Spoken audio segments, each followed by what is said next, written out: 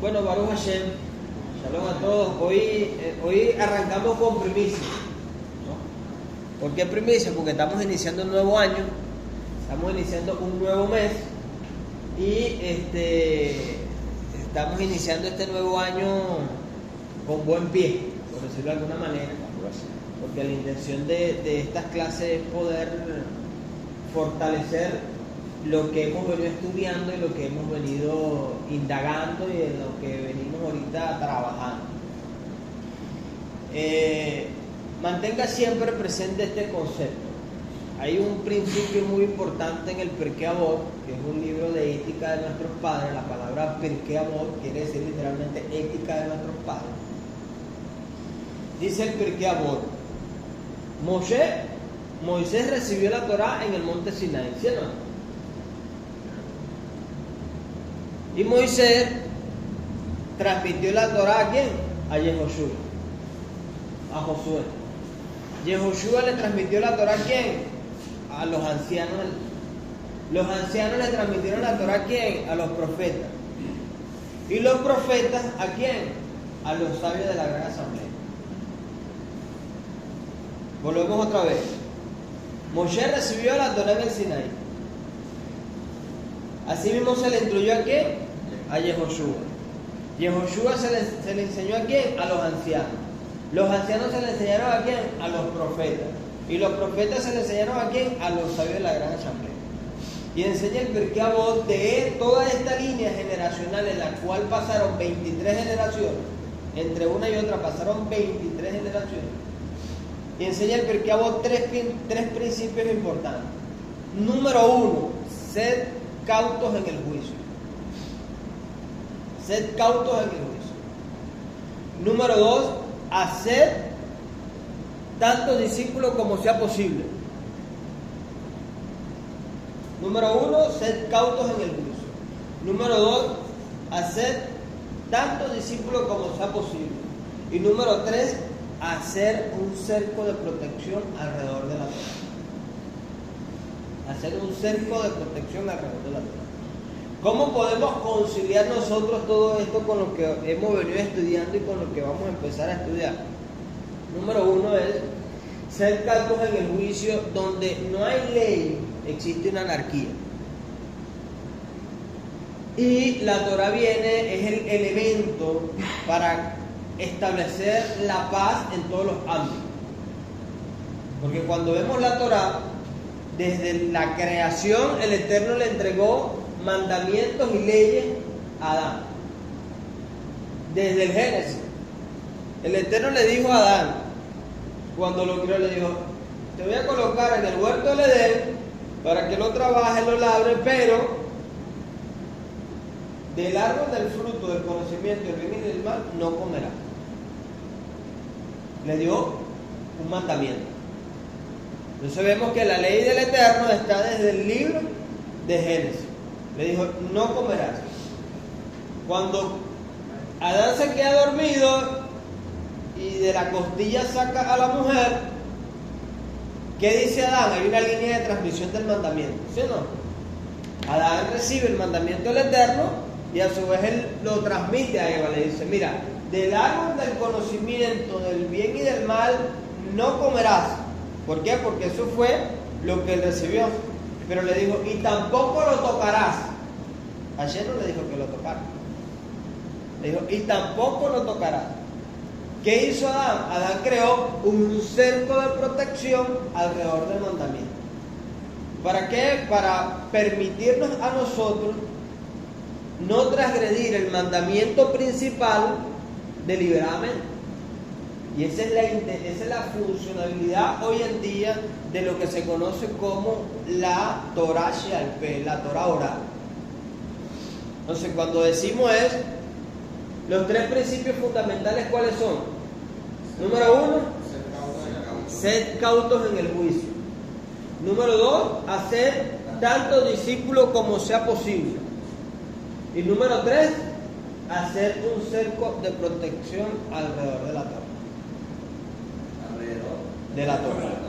Entonces, es importante, mis hermanos, que aprendamos y memoricemos este principio para poder conocer y tener claro la línea de exactitud, la línea de transmisión de la enseñanza de la Torá. Ahora, vemos en principio que el Eterno, bendito sea su nombre, le entregó unos mandamientos ¿a quién? A Adán. Adán a su vez la entregó ¿a quién? A Eva. Y cuando nosotros nos vamos estudiando la Torá, vamos estudiando de la Torá desde por ejemplo, el libro de Génesis, del capítulo 1 al capítulo 11, nos vamos a encontrar no solamente la creación del mundo, o mejor dicho, los aspectos más relevantes de la creación del mundo, que están documentados en la Biblia, los aspectos más relevantes de la creación del mundo. Y a partir del capítulo 11, la Torá nos habla de un personaje que dice, la Torá lo define como el hombre más justo de la tierra. ¿Quién es? Noé. La Torá define a Noé como el hombre más justo de la tierra. Preguntan los hijos de Israel, si Noé hubiese existido en los días de Abraham, ¿sería Noé el hombre más justo de toda la tierra? ¿Por qué la Torá define a Noé como el hombre más justo de toda la tierra? Debemos comprender y entender que hay generaciones en específico donde Hashem levanta a un hombre con un propósito. Y el propósito principal de ese hombre es conectar lo físico con lo espiritual a través de su acción. Y conectar no solamente lo físico, cuando hablamos de lo físico, no solamente todo lo que no es principalmente todo lo que nos rodea, sino cuando hablamos de lo físico es el hombre como cabeza de la creación. Entonces, en Noé se establecen 7 mandamientos en específicos que hoy en día se conocen como las leyes de Noé. Las leyes de Noé. Y eso lo vemos en el libro de Génesis capítulo 11. ¿Cuáles son estos mandamientos en específico que fueron entregados a Noé de manera oral desde la creación? Porque cuando vemos la escritura, debemos saber que nosotros manejamos un concepto escritural muy limitado. Porque nosotros venimos de un contexto donde la Biblia solamente se abría los domingos y escuchamos un versículo, máximo un capítulo de la persona que le tocaba darnos la instrucción ese día. Pero escuchábamos más y leíamos menos. Éramos más de escuchar y menos de leer. Y cuando hablamos de la línea de transmisión, Moshe recibió la Torá en el Sinaí, se le instruyó a Yehoshua a los ancianos a los profetas a los sabios de la gran asamblea. Ahí no solamente había una enseñanza oral, sino también que había una instrucción, más que oral, era una instrucción que transformaba al ser humano. Y nosotros éramos más de escuchar el pensamiento del hombre que analizar lo que dice el texto de la Torá. Y cuando hoy en día nos damos cuenta que lo importante para Hashem es el texto, más de lo que pueda decir el hombre, porque a diferencia de años anteriores, hoy en día nosotros nos enfocamos más en que ustedes lean, porque ciertamente está escrito en la Torá: mi pueblo perece por falta de conocimiento. ¿Y cuál es el conocimiento que transforma el alma? La Torá, como está escrito en el Salmo 19. La Torá transforma el alma. La Torá renueva el conocimiento.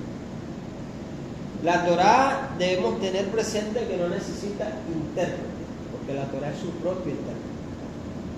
Ahora bien, volvemos nuevamente a Noé, según lo que venimos a estudiar. ¿Cuáles son estos 7 mandamientos que el Eterno le entregó a Noé? Número 1, no idolatría.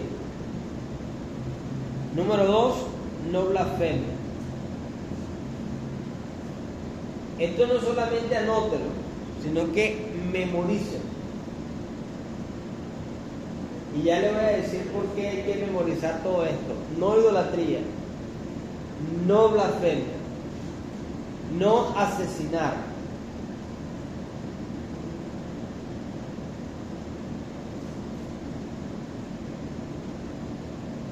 no robar,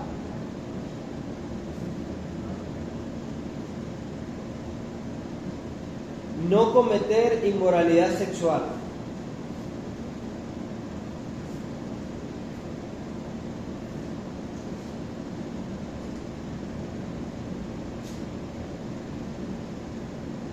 no comer alimentos prohibidos,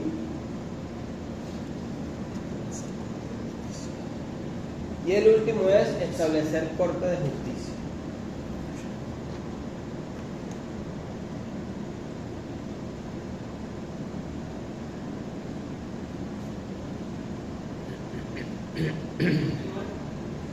El último, establecer corte de justicia.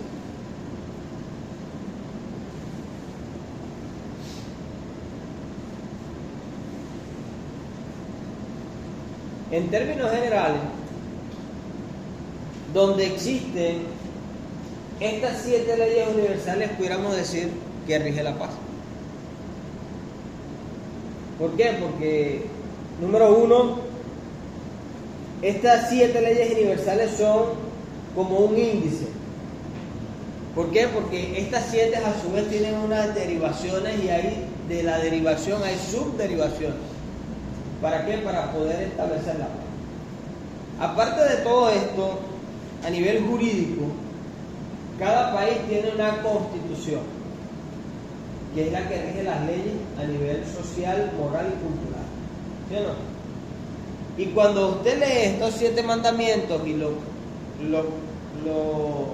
enlaza con lo que nosotros vivimos hoy en día como país, vemos que estos 7 mandamientos están inmersos en nuestra Constitución.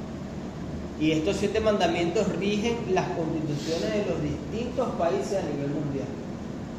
¿Por qué? Porque la intención de la ley es crear un estado de paz donde la anarquía no reine. Ahora, ¿por qué estos 7 mandamientos están inmersos en todas las leyes a nivel mundial? Número 1, debemos conocer el concepto de Benei. Cuando hablamos de Benei Noah, ¿qué estamos haciendo referencia? La palabra Benei viene de la raíz hebrea Ben, que quiere decir hijo. Donde usted ve, escuche, Ben Elohim, está haciendo referencia a hijo del Eterno. Benei Abraham está haciendo referencia a hijo de Abraham. Benei Judá es un hijo de Judá, y un Benei Noah hace referencia a los hijos de Noah. En términos generales, ¿quiénes son los hijos de Noah? Todas las naciones. Todas las naciones. ¿Por qué? Porque desde el libro de Génesis, capítulo 1, hasta el capítulo 11, existe toda la creación creada por el Eterno. ¿A través de quién? A través de Adán Harishon, Adán el primer hombre. Pero a partir del capítulo 11, la Torah nos narra el episodio del Mabulo, del diluvio. Y después del diluvio, ¿quién quedó en la tierra? Noé y sus 3 hijos. Por consiguiente, toda la humanidad es descendiente ¿de quién? De Noé. Toda la humanidad hoy en día es descendiente de Noé, porque después del diluvio quedó Noé y sus 3 hijos, no existía más nadie. Inclusive hay un midrash muy hermoso que cuando Noé sale del arca, el arca, como diríamos a nivel marítimo, el arca atracó, y cuando se abren las puertas del arca, que Noé ve todo destruido, dice el midrash que Noé sintió tristeza en su corazón. explicar algo. ¿Qué son los midrash? Los midrash son unas historias que nos ayudan a comprender con mayor facilidad los textos bíblicos, pero que no necesariamente fueron reales. No necesariamente fueron reales, sino es para ayudarnos a nosotros a comprender con mayor facilidad el texto bíblico. Cuando Noé sale del arca, dice el midrash que Noé sintió tristeza en su corazón al ver todo destruido. Y empezó a llorar. Y empezó a llorar cuando vio todo destruido. Y cuando empieza a llorar, en ese momento los labios de Noé se iban a abrir para reprocharle al Eterno porque había hecho eso. Y en lo que antes de que él empiece los reproches, se escucha una voz del cielo que le dice: tonto pastor, te mostré lo que iba a suceder y fuiste incapaz de advertir a tu generación lo que iba a suceder. ¿Por qué? Porque Noé, como era un hombre, el hombre más justo de la tierra, al recibir la instrucción del Eterno de hacer el arca, Noé se enfrascó en hacer el arca para él salvar su vida del diluvio, pero no se enfocó a instruir a los demás que venía el diluvio y que se arrepintieran. Y cuando leemos este pasaje del arca de Noé, la Torá nos narra que Noé envió una paloma, que fue la que trajo la rama del olivo. La rama del olivo. Y la paloma en hebreo se dice Yoná. Yoná o Jonás, se escribe Jonás, pero en hebreo se pronuncia Yoná. ¿Y por qué el midrash? ¿Por qué la importancia del midrash? Porque en una generación distinta, pasado el tiempo, el Eterno llamó a un hombre llamado Jonás con una misión específica. No lo mandó a construir un arca, sino que fue que lo mandó a una ciudad para que esta ciudad conociera al Eterno y pudiera retraer su pie de la maldad y pudiera acercarse al Creador. Una pregunta, apóstol. Usted dice que el midrash no es una comprobatoria específica de esa verdad, ¿no? Pero no sé cómo podemos creer que Noé no predicó a las personas, que se enfrascó solamente en la hechura del arca,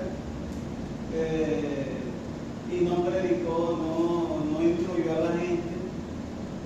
Aquí es donde viene el texto bíblico. No hay una evidencia bíblica donde Noé haya predicado en su generación. No lo hay. La Torá te dice que solamente en el pasaje de Noé te dice que lo mandó a construir un arca de ciertas características y Noé y su familia se dedicaron a construir un arca por un tiempo determinado. Y una vez que culminan el arca, entran los animales, entran Noé y su familia y la mano del Eterno es la que cierra la puerta del arca, pero no hay una evidencia escritural donde Noé haya predicado a su generación.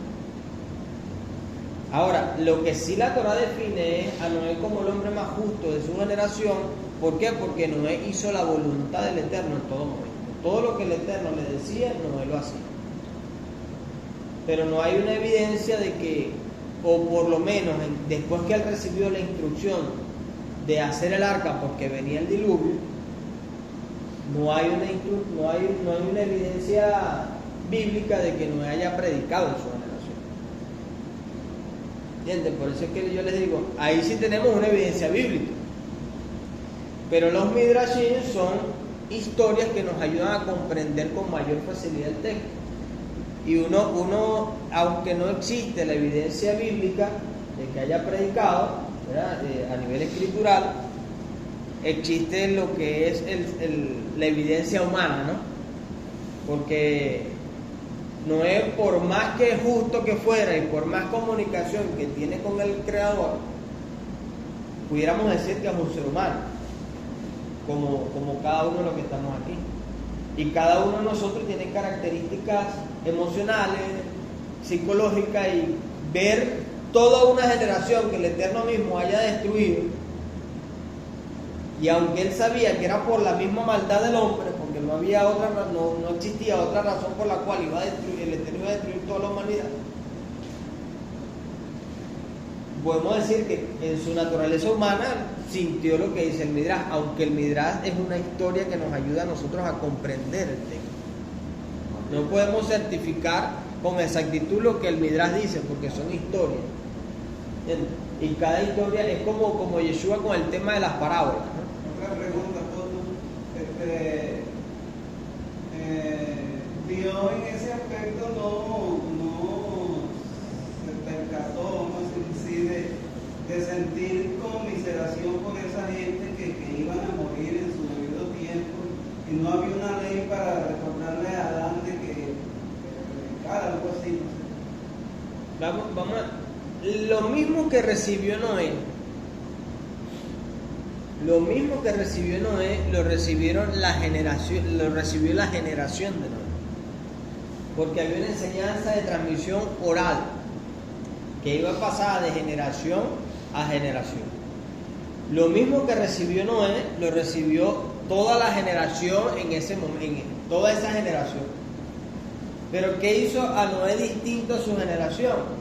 La obediencia. Yo le decía, no me recuerdo cuándo era que yo le decía a unos hermanos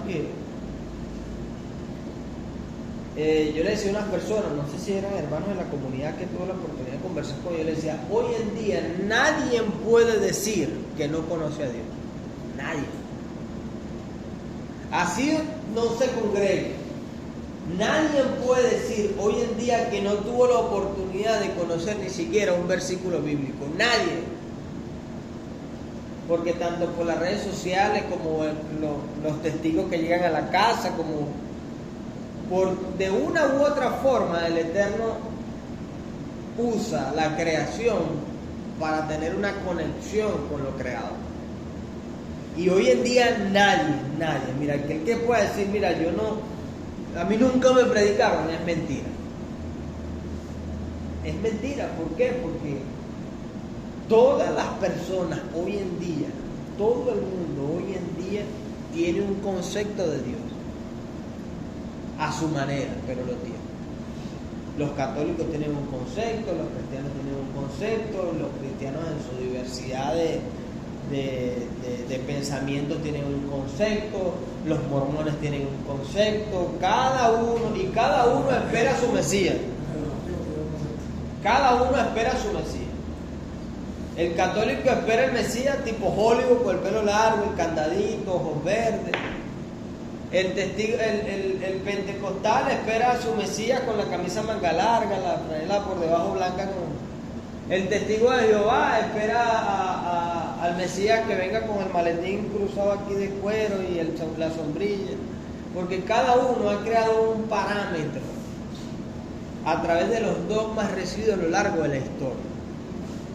Pero hoy en día nadie puede decir que no ha escuchado hablar de Dios. Nadie. Pero ¿qué es lo que hace distinto? O mejor dicho, vamos a formular la pregunta. ¿Qué es lo que nos hace a nosotros distinto a la generación en la cual vivimos? Que estamos tratando de ser obedientes a la voluntad de Dios. Y escuche bien, estamos tratando, porque todavía no hemos llegado a ese 100%.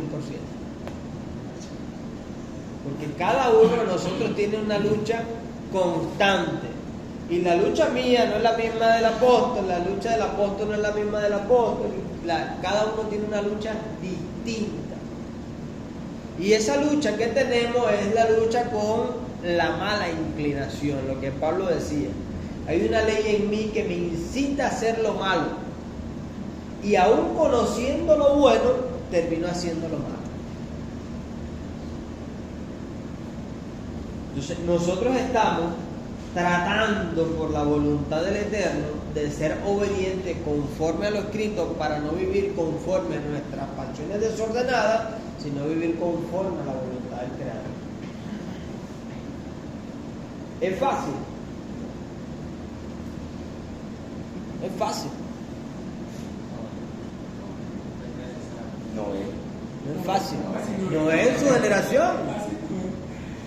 Toda la generación en los tiempos de Noé conocían lo mismo que Noé conocía.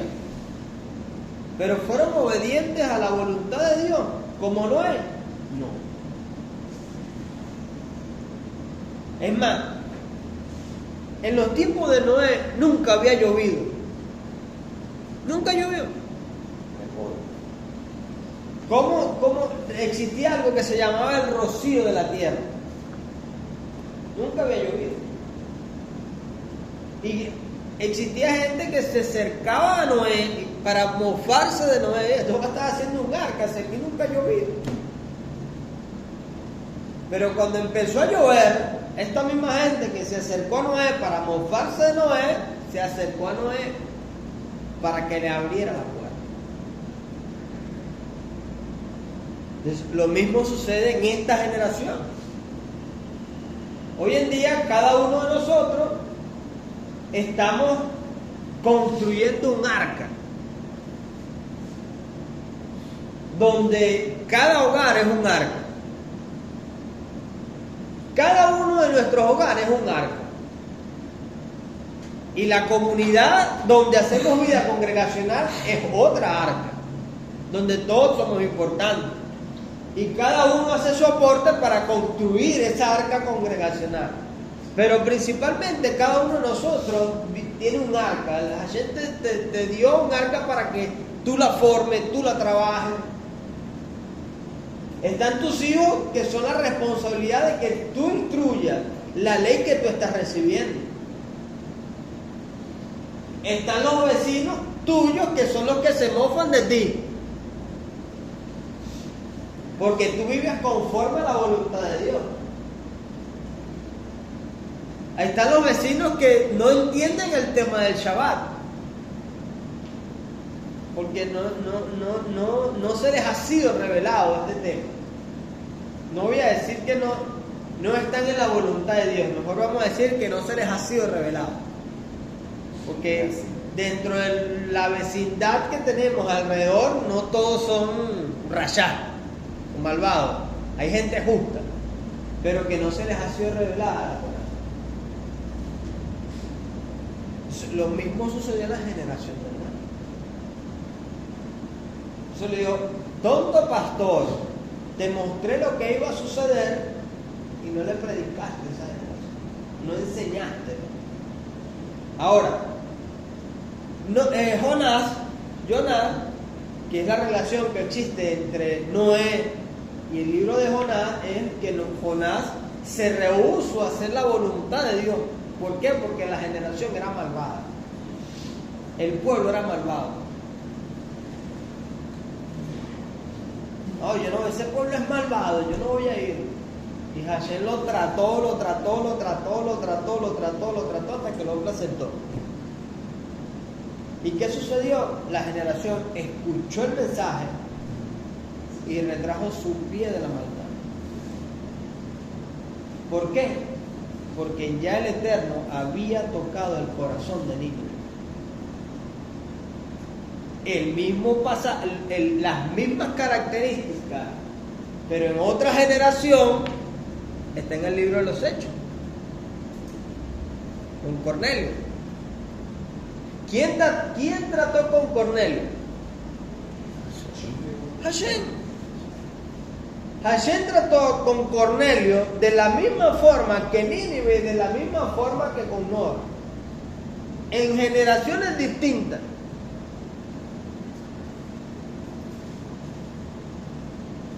Pero la Torá es la misma que tocó el corazón de Noé, que tocó el corazón de Nínive y que tocó el corazón de Cornelio.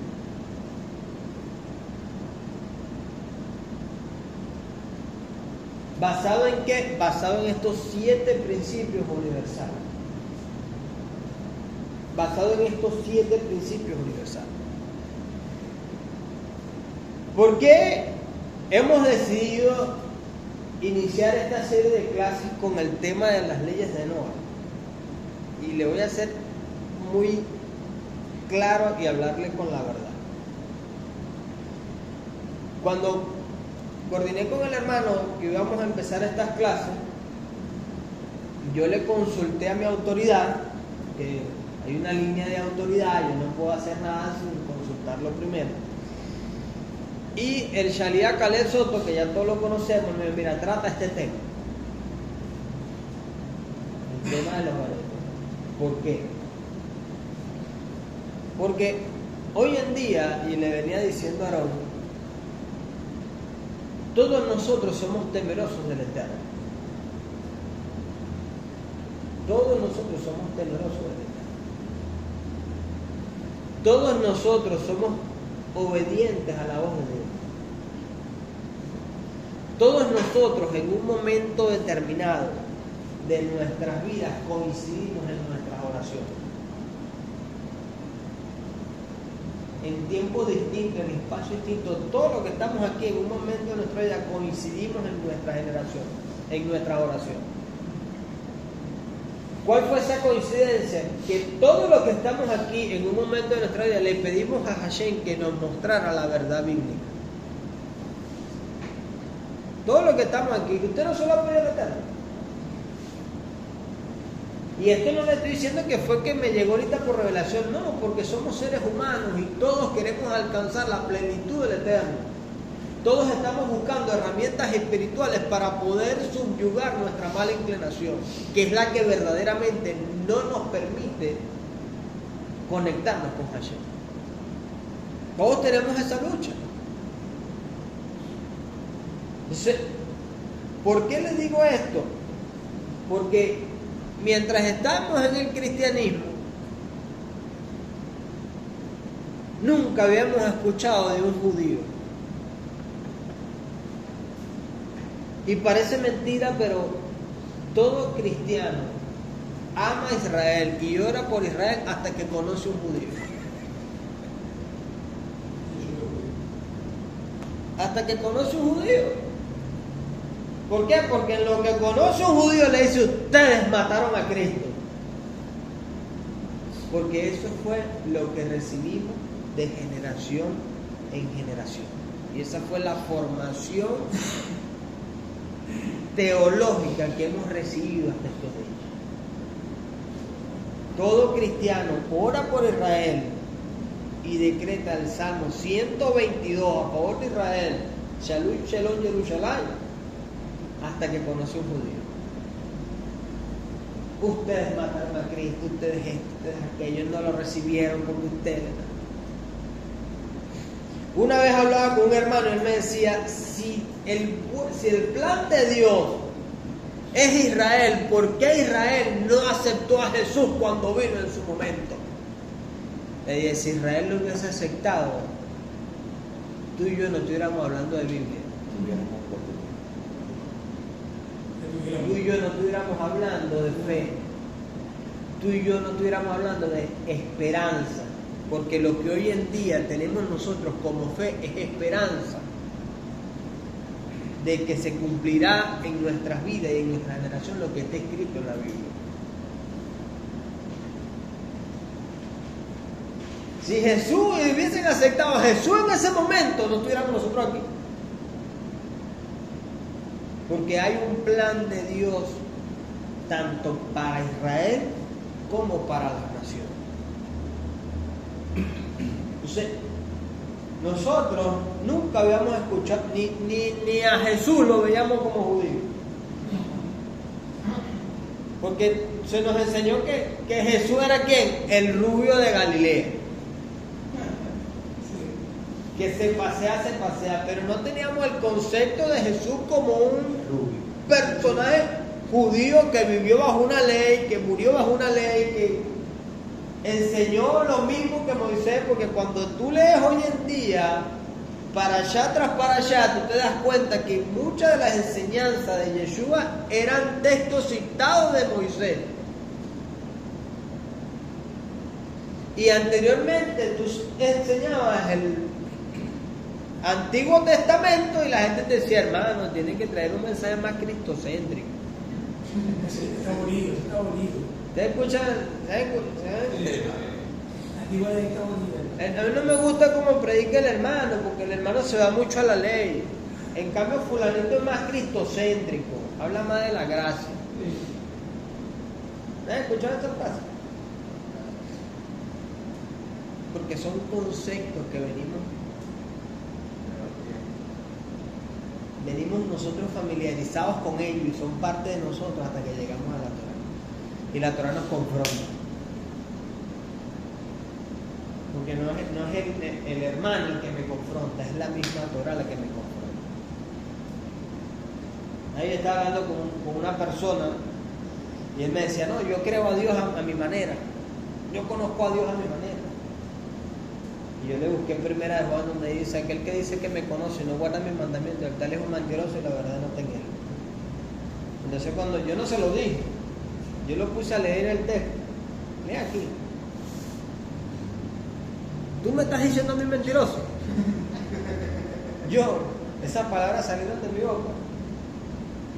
Pero tú me pusiste esto aquí y tú me estás diciendo mentiroso. Y yo le digo, yo no puse ese texto ahí. Por ese texto que está ahí no lo escribí yo. Este personaje es mi papá. Hoy en día, cuando nosotros llegamos a la Torá, mi papá, hoy en día escucha pero ha sido un proceso lento pero seguro, porque algo está haciendo el Creador. Entonces, nosotros venimos de un concepto no escritural, venimos de un concepto dogmático. Venimos de un concepto dogmático. Cuando leemos las 7 leyes universales, vemos que a lo largo de cada generación, estos 7 mandamientos, que es un concepto escritural, se manifestó en generación tras generación. Está escrito en el libro de los Hechos, el primer concilio de la iglesia, cuando dice: no insistáis a los gentiles que se conviertan a Dios, sino que se abstengan de idolatría, blasfemia, inmoralidad sexual, de comer alimentos prohibidos. Y ahí está un 5.º mandamiento, dice, ¿por qué? Porque Moisés tiene que lo predique en la sinagoga cada día de Shabbat. ¿Se guardaba el Shabbat en ese tiempo? Sí, se guardaba. ¿Dónde se congregaba? En Shabbat. ¿Por qué? Porque Moisés tiene que lo predique en la sinagoga cada día de Shabbat. Entonces, hoy en día, y se van a acordar de mí, hoy en día el judaísmo tradicional, por decirlo de alguna manera, yo le digo a los muchachos, yo no acostumbro a decir judaísmo ortodoxo. ¿Han escuchado la frase judaísmo ortodoxo? Yo no acostumbro a decir judaísmo ortodoxo porque la palabra ortodoxo es una palabra griega que quiere decir correcto. Si yo digo ortodoxo, estoy diciendo que ellos son los correctos y que son los que tienen la correcta interpretación. Preferimos decir judaísmo tradicional, porque eso sí tiene el judaísmo, que ha pasado una enseñanza oral de generación tras generación. El judaísmo tradicional hoy en día tiene muchas ramificaciones. Y le digo esto porque hay un rabino que es el que nosotros más consultamos. ¿Sabe cuál es? El rabino Google. Es el que más sabe. Usted necesita saber algo, va a Google y le pregunta a Google cómo hacer tal cosa y Google te sabe. Entonces, el rabino Google, mucho a lo mejor de lo que estamos aquí, vamos a salir de aquí a googlear, a preguntarle al rabino si lo que el more dice es verdad, ¿no? Porque Google sabe, el rabino sabe, yo le digo al rabino Google. Entonces, porque muchas veces uno da una enseñanza y la gente pelea más con uno por lo que dice Google que por lo que dice Google con uno. Entonces, cuando te busquen en el rabino Google judaísmo, te van a salir cualquier diversidad de casas de pensamiento. Hoy en día nosotros le llamamos casas de pensamiento judías. Pero ¿sabes cómo se le llamaban en los tiempos de Yeshua? Sectas. la secta de los fariseos, la secta de los saduceos, la secta de los helenios, la secta de los celotes, la secta de los sicarios. Y en los tiempos de Yeshua existían más de 70 sectas. Hoy en día nosotros hablamos de secta, y ¿a dónde nos vamos? Al ocultismo. ¿Por qué? Porque ese es el concepto que hemos estado recibiendo. Pero hoy en día son escuelas de pensamiento. Y al igual que el cristianismo, usted ve, el cristianismo es general. Pero en el cristianismo están distintas escuelas de pensamiento, porque están los pentecostales, están los mormones, están los solo Jesús, están los bautistas, están los evangélicos libres, están los que le llaman los calladitos, la iglesia conservadora, hay cualquier cantidad de los jesuitas, hay cualquier cantidad de escuelas de pensamiento cristiana. Lo mismo pasa con el judaísmo. Lo mismo pasa con el judaísmo. Está el judaísmo de Breslo, está el judaísmo de Breslo, están los Askenazis, está cualquier cantidad de escuelas de pensamiento. Inclusive hay una escuela de pensamiento que es el judaísmo reformista, que ellos aceptan a los homosexuales. Entonces, son escuelas de pensamiento. El judaísmo reformista es donde las mujeres usan talí, las mujeres se colocan los tefilín, ellos aceptan a los homosexuales porque bueno, están reformando el pensamiento. ¿Cómo que te digo de ahorita de lo que aceptan los homosexuales? El judaísmo reformista. Ay, Google va a tener búsqueda. Entonces, ¿qué les digo con esto? Hay una escuela de pensamiento que se conoce como los Benei Noah, que es el tema que estamos hablando, los hijos de Noé. Una pregunta, yo veo que todo esto es un peligro total para todo lo que oye. ¿Qué haríamos entonces nosotros? Claro, usted dijo que nosotros tememos a Dios y eso es importante, pero en este caso, si esto es un peligro inminente que yo veo, ¿qué nos tocaría a nosotros hacer? Mira, yo le decía a Aarón,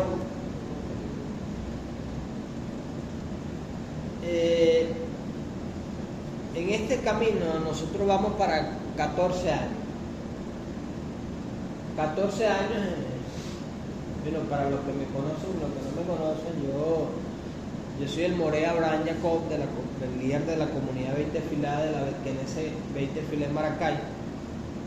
Ya 13 años, vamos para 14 años en estos caminos. Y estudiando hombro a hombro con el Rabino Dan por 14 años. El Rabino Dan Ben Abraham. Y tengo la dicha y la bendición de que el Shaliach Ale Soto es familia mía. Mi esposa es hermana de la esposa del Shaliach. Somos concuñados. Entonces, ¿por qué digo que tengo la bendición? Porque yo tengo al Shaliach cerca. Y cualquier inquietud, yo antes de consultar al Rabino Google le consulto a mi Shaliach. Y el Shaliach tiene en estos caminos más de 25 años. Y usted lo ve así jovencito y todo, y tiene más de 25 años sirviéndole al Eterno. Bueno, y el Shaliach tiene 40 y pico, el Shaliach tiene más de 40 años sirviéndole al Eterno, casi toda su vida porque nació en el cristianismo. Pero en el judaísmo tiene más de 25 años. Y un judaísmo donde Yeshua ha sido el instrumento que el Eterno usó para mantenerlo. Ahora, como decía el rabino, veníamos escuchando la enseñanza del rabino, nosotros, a diferencia del cristianismo, nosotros estamos en el medio. Imagínense que usted tenga un puente angosto. Y de este lado tiene el cristianismo. De este lado tiene el judaísmo. El rabino Dan dice, de ambos lados, la fe de Yeshua nos une. la fe de Yeshua nos une, pero la fe en Yeshua nos divide. La fe en Yeshua nos divide, tanto del cristianismo como del judaísmo. Pero la fe de Yeshua, la fe que Yeshua enseñó, nos une. Es un punto importante. Ahora, ¿qué debemos hacer nosotros? ¿Qué debemos hacer nosotros? Yo le decía a Aaron, los grupos emergentes en los cuales me ha tocado asistir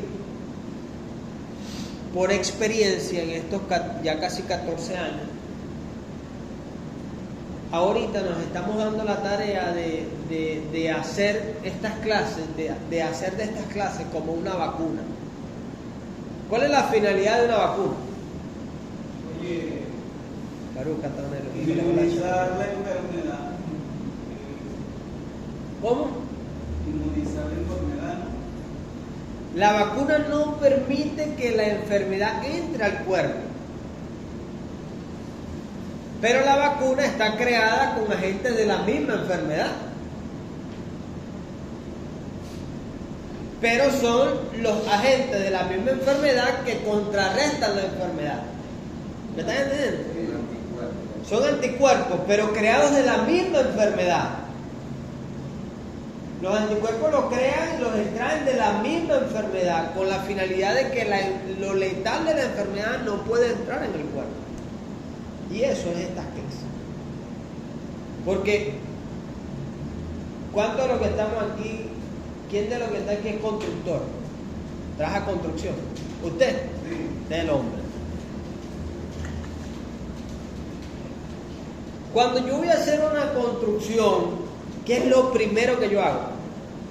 Bueno, el plan. El plan.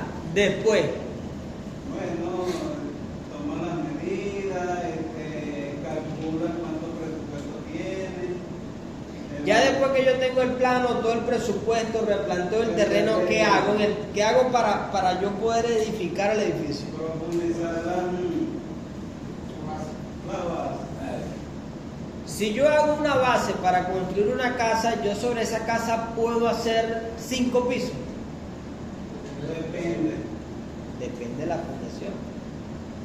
Porque si yo voy a construir una casita sencilla, yo sobre esas bases yo no puedo construir un edificio de 5 pisos.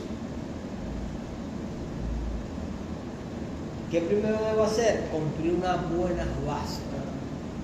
Y sobre esas buenas bases yo voy a edificar mi edificio. ¿De acuerdo? Ahora entienden con mayor facilidad la parábola de Yeshua. Porque las bases es lo que hace que la estructura que uno ve,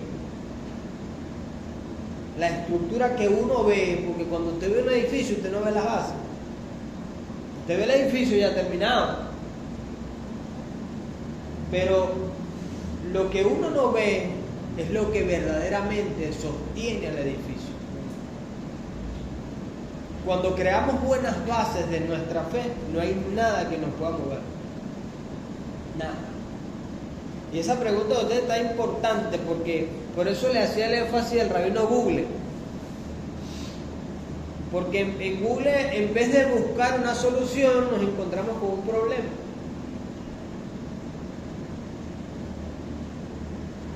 Entonces, todo lo que estamos hablando aquí, cuando uno lo testea por Google, usted se da cuenta que va a conseguir cualquier diversidad de judaísmo. Y así como hay cualquier diversidad de judaísmo, hay cualquier diversidad de pensamientos de judaísmo. Ahora, ¿cómo sabemos nosotros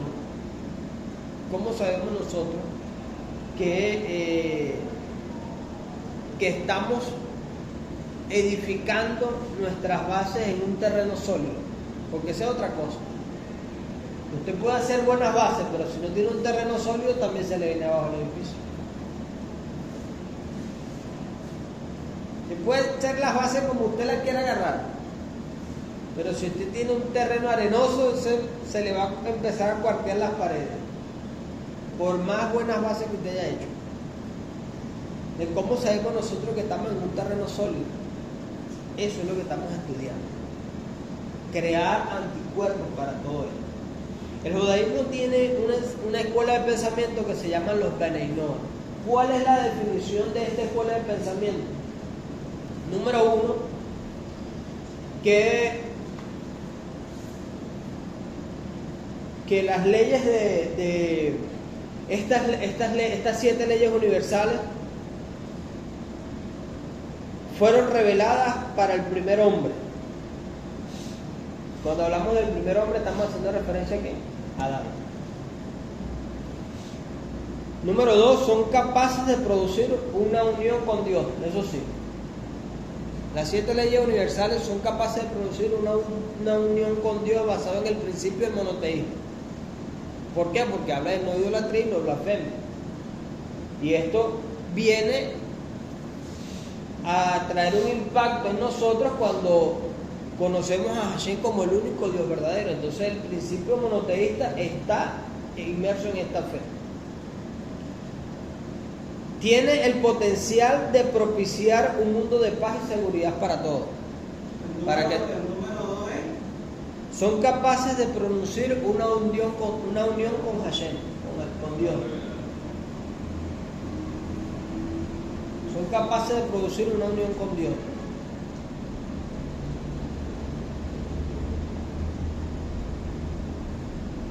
El número 3 tiene el potencial de crear un mundo de paz.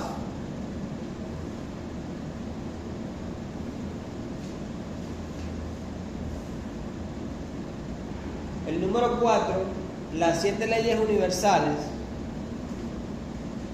es el medio de salvación para los no judíos. Y la Torá es el medio de salvación para los judíos. Ese es según el pensamiento del judaísmo tradicional. La 4 es el medio de salvación para los no judíos. El no judío, el que no nació, el que no es judío, guarda las 7 leyes universales. Ya hay un medio de salvación. Es la forma según el budismo tradicional. Según el judaísmo tradicional. Punto número 5, según el judaísmo tradicional, que basado en las 7 leyes universales, Dios creó una religión para los no judíos y una religión para los judíos. Las 7 leyes universales son para los no judíos y la Torá es para los judíos. Entonces Hashem creó 2 religiones. Esto es el pensamiento del judaísmo tradicional. Y le digo esto porque cuando usted se meta y consulte con el rabino Google, le va a salir todo esto. Y hay cualquier cantidad de maestros judíos enseñando esto en la escritura, en YouTube. Entonces, ¿qué sucede? Cuando usted ve esto, mire, usted sabe qué es la mala inclinación. La mala inclinación es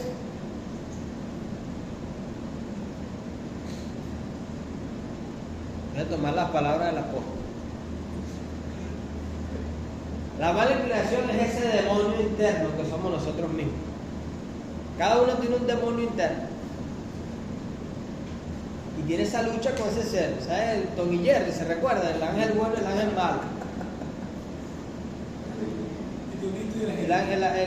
Sería el ratoncito bueno y el ratoncito malo. Lo mismo pasa con la mala inclinación. Yo particularmente, yo defino la mala inclinación como un león. Como un león que tiene más de un mes sin comer. Y está en una jaula, pero la jaula está amarrada con el cabello de un bebé. ¿Sabes lo delgado del cabello de un bebé? Pero la jaula está amarrada con el cabello de un bebé. El cualquiera que se acerca a la puerta de esa jaula, así yo defino la mala inclinación. Y una de las características de la mala inclinación, ¿sabes cuál es? ¿Sabes cuál es? La mala inclinación tiene una característica que siempre va a sustentar y aceptar lo que yo quiero escuchar. Si lo que el hermano dice es lo que yo quiero escuchar, yo lo acepto. Sin importar si lo que él dice es bíblico o no. Pero si yo no quiero escuchar, yo lo acepto. Si yo me rehúso a escucharlo, yo lo desecho. Así es la mala inclinación. Así opera la mala inclinación. Aún sabiendo que me haga daño. Aún sabiendo que te va a hacer daño lo que vas a hacer, pero si es lo que tú quieres escuchar, tú lo vas a hacer. Por eso dicen los sabios de Israel, hay un principio muy hermoso que dice: Hashem te guía. Hashem guía al hombre por el camino en que el hombre se empecina en ir. ¿Sí o no? Hoy en día nosotros no tenemos a los profetas. Hoy en día nosotros no somos profetas. Nadie puede decir hoy en día que Hashem nos habla audiblemente.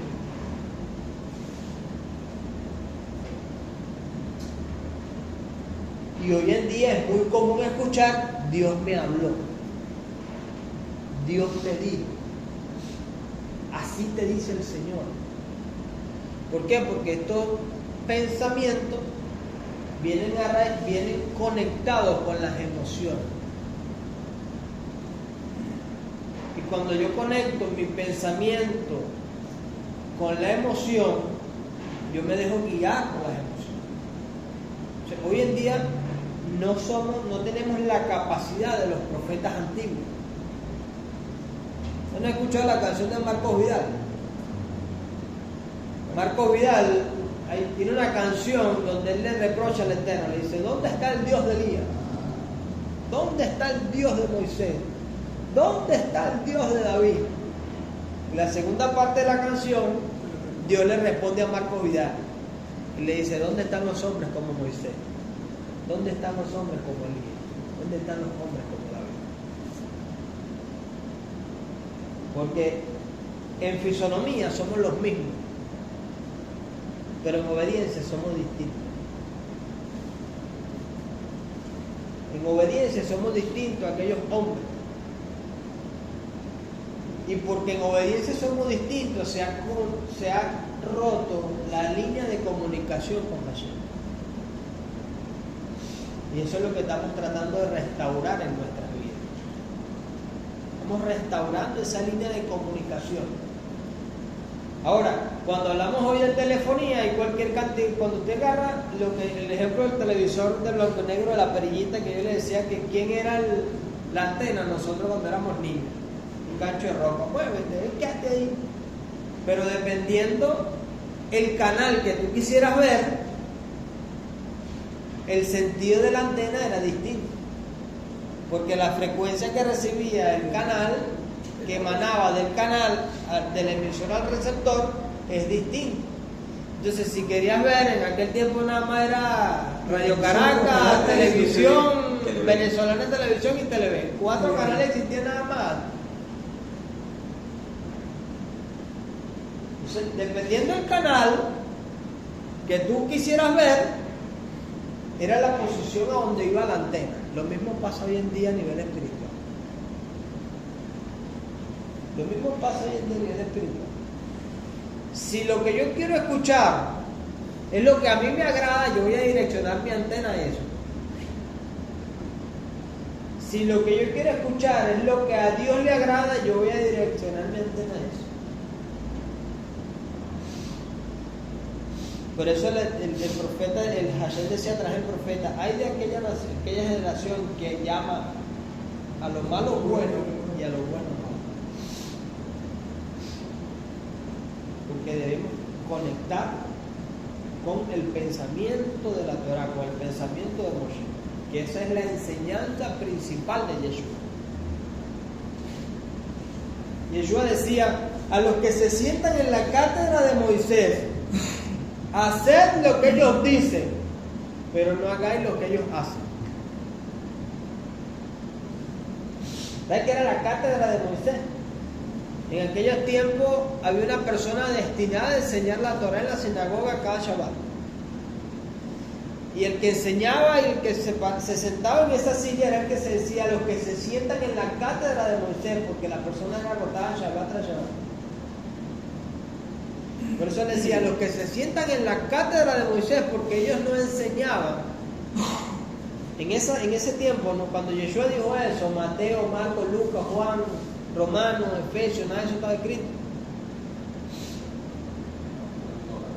No dijo la cátedra de Pablo, la cátedra de Juan, no dijo la cátedra de Moisés. Hacer lo que ellos dicen, pero no hagan lo que ellos hacen. Entonces, el judaísmo se ha dado la tarea hoy en día de crear un movimiento que se llama los Bnei Noach, donde a ti te dicen que tú no debes guardar los mandamientos de Dios, tú no debes guardar la Torah, solamente vas a encontrar salvación guardando estos 7 mandamientos universales. Ahora entienden por qué les digo que la mala inclinación es como un león que tiene un mes sin comer y la jaula está amarrada con el cabello de un bebé. Porque cuando a ti te dicen, debes guardar la Torah, ¿cuántos mandamientos tiene la Torah? 613 mandamientos, más la subderivación. Pero en vez de decirte, tienes que guardar la Torah, que son 600 no guardes la Torah, que son 613 mandamientos, mejor guarda 7 y con eso vas a encontrar salvación igual. ¿Qué va a hacer usted?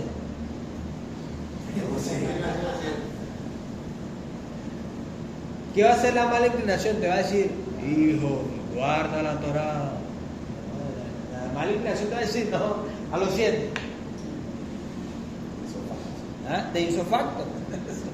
Ahora, en los 7 mandamientos de la ley los 7 mandamientos de Noé, no hay un mandamiento literal que te diga no comer animales, no comer cerdo, porque el cerdo es un animal inmundo. Pero entonces si usted llega a estos caminos y a usted le gusta su cerdo, y usted llega a la Torah y la Torah le dice no comer el cerdo, usted, oye, la Torah lo dice, empieza con esa lucha interna.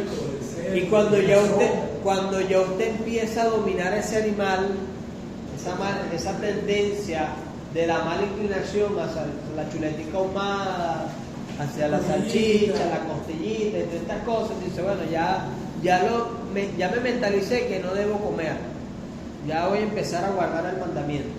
Y escucha a alguien que te diga, no, vale, tú puedes comer cerdo, porque tú lo que tienes que guardar son 7 mandamientos nada más, los demás no tienes que guardarlo. ¿Qué va a hacer la mala inclinación? Te va a decir, viste, yo te lo dije, vuelve otra vez y anda ya, te tiras tu cochino frito ahí, porque así es la mala inclinación. Después el colesterol te esté matando. Así opera la mala inclinación. Entonces, hoy en día está esta escuela de pensamiento que te dice es que tú debes guardar solamente 7 mandamientos y no tiene, a través de estos 7 mandamientos tú vas a encontrar la salvación. Y estos 7 mandamientos es lo que Dios le dejó a toda la humanidad. ¿Estamos claros hasta aquí? Entonces, el punto número 6, según el pensamiento del judaísmo tradicional, en la medida que se acercan los días del Mashiach, la humanidad entera será dirigida hacia esta meta, una unión de todo de paz y seguridad, mediante la implementación de estas 7 leyes universales. Punto número 7, la implementación de estas 7 leyes universales será única y exclusivamente por medio de un intermediario legal, que en este caso sería un rabino.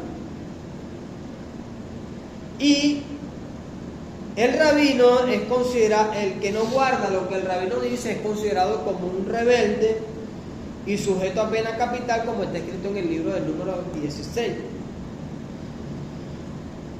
Punto número 8, solamente son válidas las disposiciones de estas 7 leyes como aparecen dictaminadas en el Talmud y los rabinos posteriores y en ninguna otra fuente. Y punto número 9, los Bnei Noach son socios de Israel, pero no tienen parte con Israel.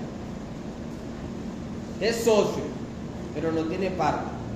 Cada uno debe trabajar en unión con el otro, pero separadamente del otro, aunque bajo la autoridad y supervisión de los rabinos.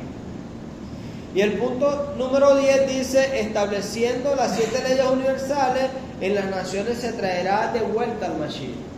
Estos son 10 aspectos importantes del judaísmo tradicional que te dicen a ti por qué debes guardar estas 7 leyes universales y la Torah no es para ti. Ahora, ¿qué pensamos nosotros como escuela de pensamiento nexarita? ¿Cómo nos definimos nosotros? Nosotros no nos definimos como una religión. No es cristianismo, no. Nosotros no nos definimos como una religión. ¿Cómo nos definimos nosotros? Nosotros nos definimos cuando Yeshua dejó de estar con nosotros en este mundo. Él dejó unos discípulos. Y estos discípulos se conocen como, su enseñanza se conocía como el partido hasídico nexarita. Un partido hasídico nexarita, como una escuela de pensamiento hasídica nexarita. La palabra hasídico viene de la raíz hebrea hasid, que quiere decir piadoso. Y nexarita viene de la raíz hebrea nexar.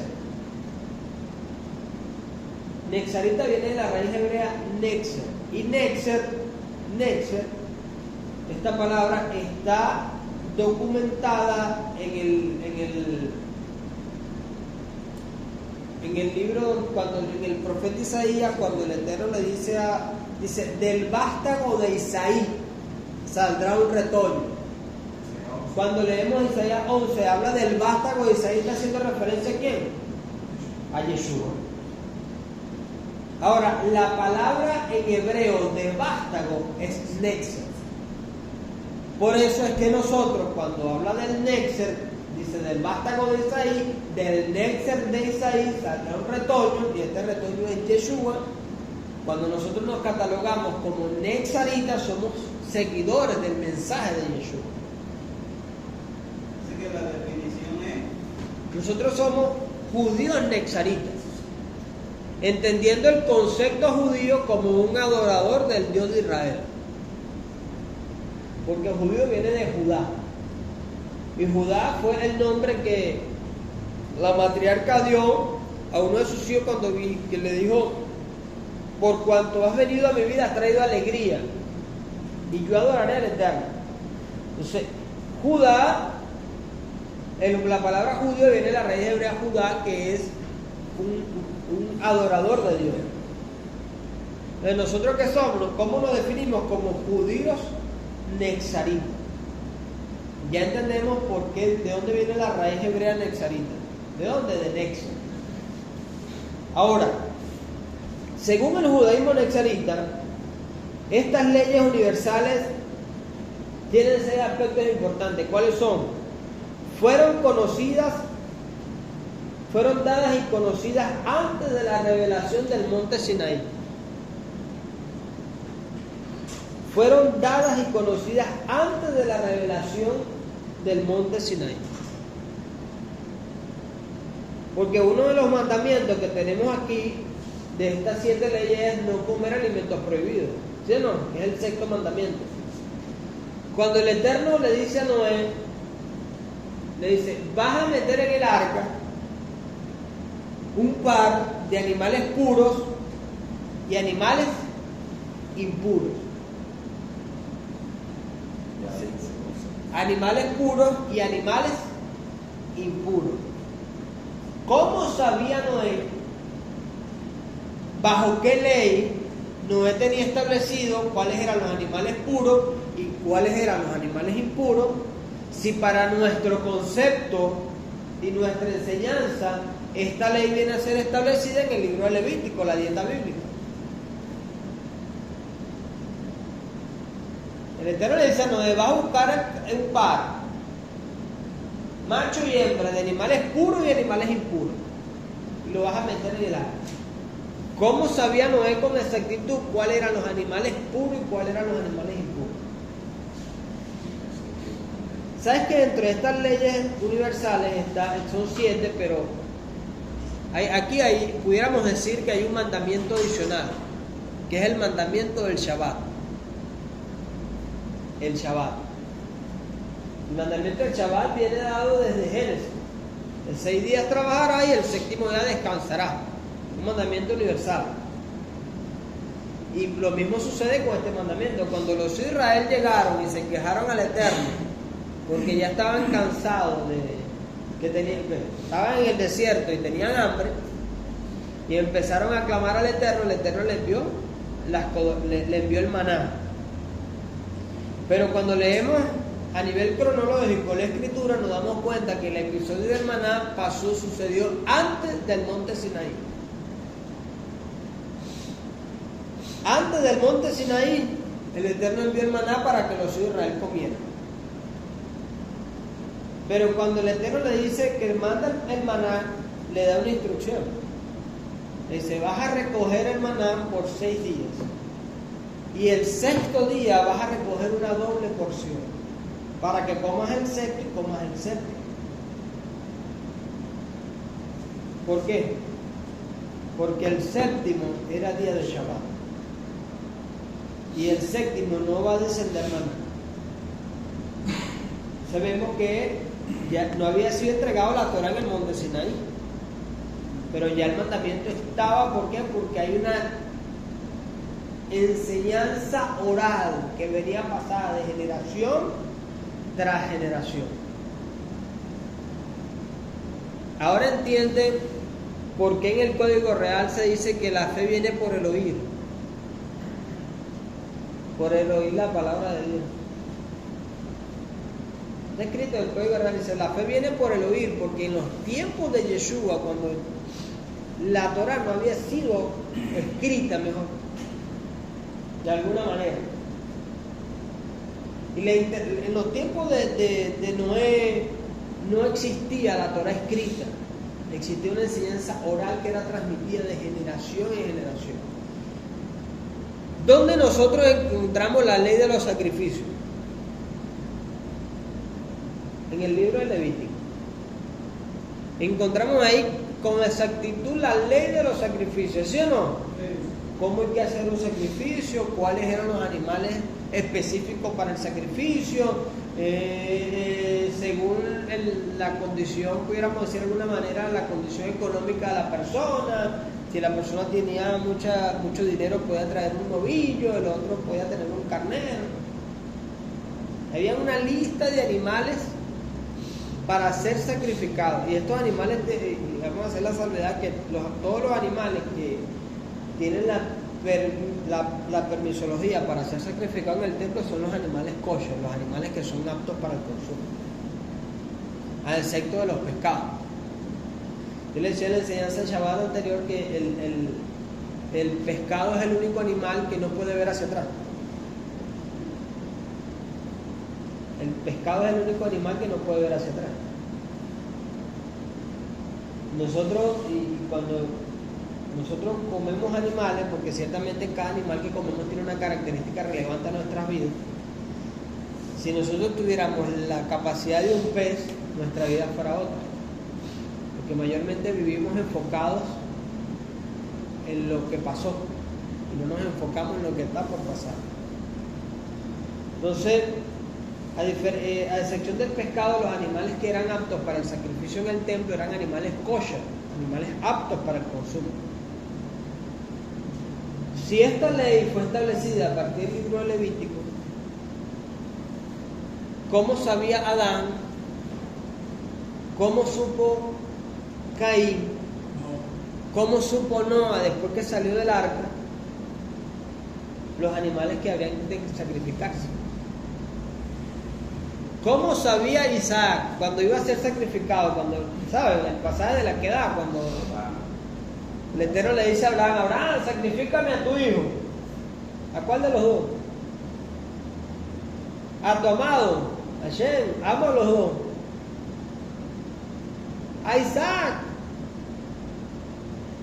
Cuando van camino al monte Moriah, Isaac le pregunta a su padre: Padre, ¿dónde está? He aquí el fuego y los leños para el holocausto, pero ¿dónde está el cordero?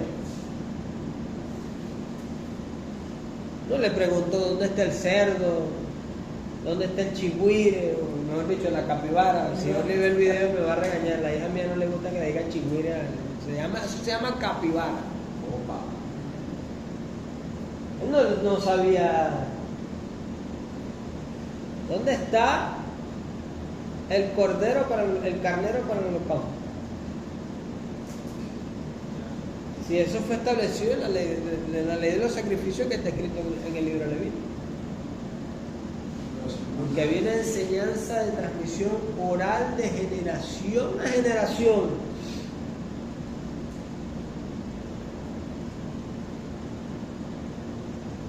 Todos los animales que se sacrificaron antes del monte Sinaí eran corderos, ovejas, chivos. Cuando el Eterno hace el pacto con Adán, dice Adán, con Abraham Avinu. Cuando el Eterno hace el pacto con Abraham Avinu, le dice a Abraham, párate tú allá y yo aquí, y sacrifica una tórtola, un carnero y un cordero, y colócalo ahí al frente. Y cuando Abraham abrió los ojos ya no estaba nada, pero eran animales aptos para el consumo. ¿Cómo sabía Abraham Avinu que estos animales eran aptos para el consumo? Cuando Jacob y Isaac iban y encontraban un pozo, hacían sacrificio al Eterno. No sacrificaban un cerdo, no sacrificaban animales puros. ¿Por qué? Porque ya había una enseñanza de transmisión oral de generación en generación. La misma enseñanza que recibió Adán, que recibió Noé, fue pasada de generación tras generación. Inclusive dicen los sabios de Israel que, dicen los sabios de Israel que cuando uno saca la cronología en edad,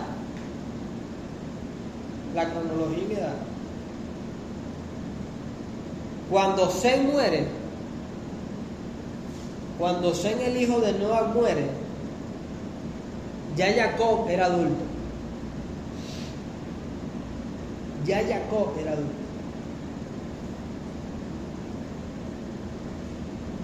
Entonces cuando uno ve esto, dice, si Sem, el hijo de Noé, que recibió la bendición, inclusive Sem, esto es otro concepto importante, usted no ha escuchado el término antisemita. ¿Por qué a los judíos, al que rechaza a los judíos, se le conoce como antisemita? Porque los judíos son descendientes de Sem. Y cuando se dice antisemita, no está solamente en contra de Israel como nación, sino de la bendición que el Eterno dio a favor de Sem después del diluvio. Por eso se conoce el término como antisemita. No es el antisemitismo. Él es antisemita, es porque está en contra de la bendición que Dios le dio a Noé para que Noé se la diera a Sem. Y de Sem viene la descendencia de los judíos. Viene Abraham, Sem tiene una particularidad, que Sem, cuando ya llegó a la edad de la vejez, Sem se estableció en Salem. Y a Sem como era el más antiguo y era el encargado de imponer el orden, porque él era a través de la enseñanza, al de Salem se le conocía como el rey de Salem. El rey de Salem. Y en hebreo el rey de Salem era Melquisedec. Y al que Abraham le entregó los diezmos después de rescatar a Lot, el diezmo del botín, ¿a quién se le entregó? Melquisedec no es un nombre. Melquisedec es un título que se le dio a Sem como rey de Salem, Melquisedec. Y cuando Sem muere, ya Jacob estaba de edad adulta. Ya estaba de edad adulta cuando Sem muere. Y Sem era el encargado de transmitir la enseñanza en su generación, al igual que Noé lo fue en su generación. Usted sabe que bíblicamente, cuando Ribca estaba embarazada,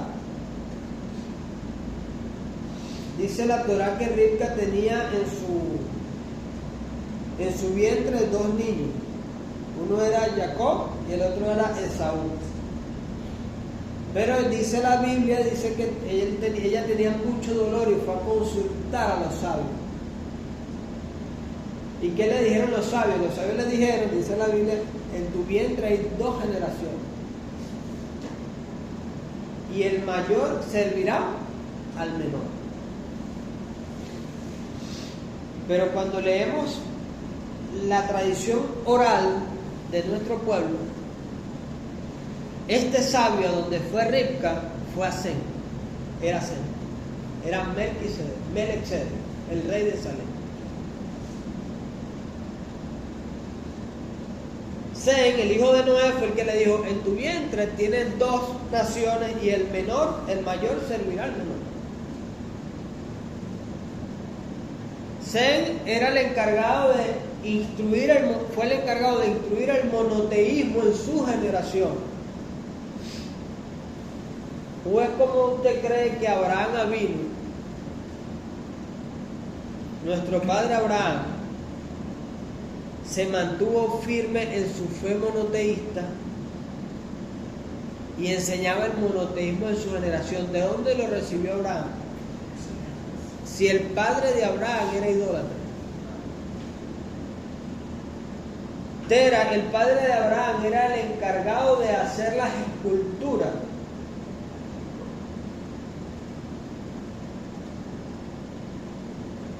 para los idólatras en aquella generación. Inclusive hay un midrash que dice que Abraham habían tres muñecos grandotes, que eran tres dioses, y cuando su papá lo dejó encargado en la tienda, dice el midrash que Abraham destruyó todo lo que estaba allí, porque estaba en contra de la idolatría. Entonces dejó al dios más grande, a la estatua más grande, la dejó enterita.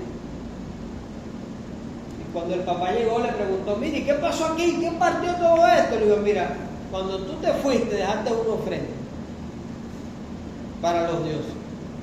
Y este dios más grande acabó con todos los demás para que hace con la ofrenda. Pero ¿cómo es eso? Si esos son muñecos. Entonces, ¿por qué tú me dices que hay que adorarlo?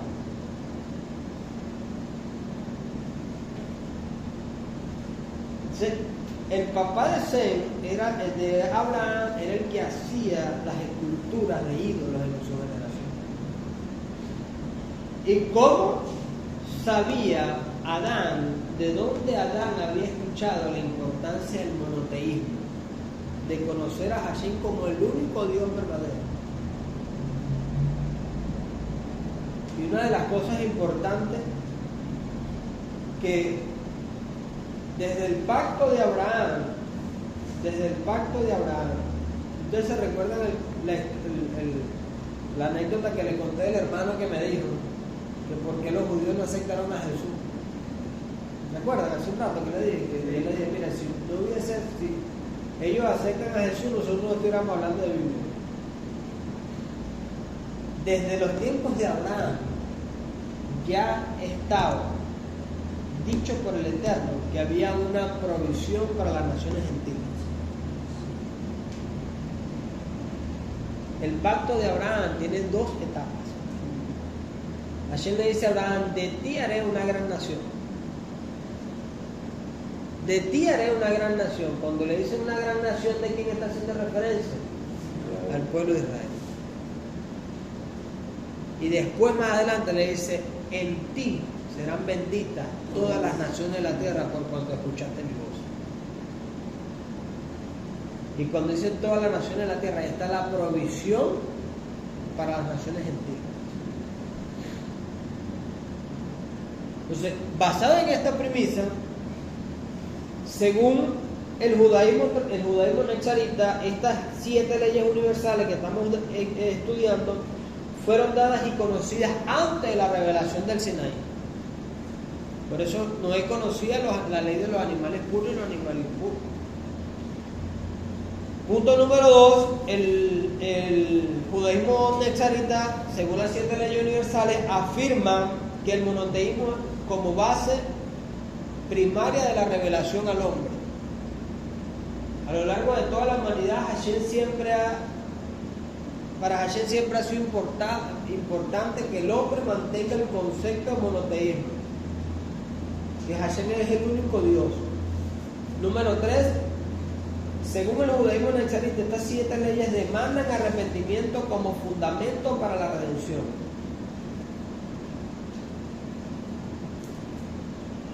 Punto número 4, no es un medio de salvación. ¿Te acuerdas? El judaísmo tradicional dice que es un medio de salvación para los no judíos. Estas 7 leyes universales, según el judaísmo nexarita, no es un medio de salvación, sino un entrenador, un guardador para llevar al hombre hacia el Mashiach. Según el judaísmo nexarita, el Eterno lo ha establecido como una forma de vida de santidad exigida a los no judíos. Y punto número 6, constituyen un sistema judicial fundamental por la paz, la justicia y el reino a nivel mundial. Vemos la diferencia en el judaísmo nexarita y el judaísmo tradicional. Ahora, ¿cómo quedamos nosotros? Está muy bonita la teoría. Ahora vámonos a la práctica. ¿Cómo quedamos nosotros? ¿Dónde estamos? Según el concepto bíblico, ¿quiénes somos? ¿Verdad? Ya sabemos que somos ¿quién? Descendientes de Noé. ¿Por qué? Porque somos Benei Noah. ¿Por qué? Porque somos descendientes de Noé. Y todo lo creado después del diluvio es descendiente de Noé. Es descendiente de Noé. Ahora, al igual que en los tiempos de Noé, que les explicaba hace un rato, al igual que en los tiempos de Noé, existe algo que se conoce como la Teshuvah, que es el arrepentimiento. Noé alcanzó justicia delante de Dios por su nivel de obediencia y arrepentimiento. Su nivel de obediencia y arrepentimiento. Vamos a dar un break ahorita y continuamos. Y ahorita continuamos allí para seguir hablando en esta segunda parte. Vamos a hablar de esto porque es importante. Bueno, ya sabemos ya de dónde vienen las cosas, qué soy. Exactamente ahora cómo... Sí, está bien. Iba a hacer una pregunta.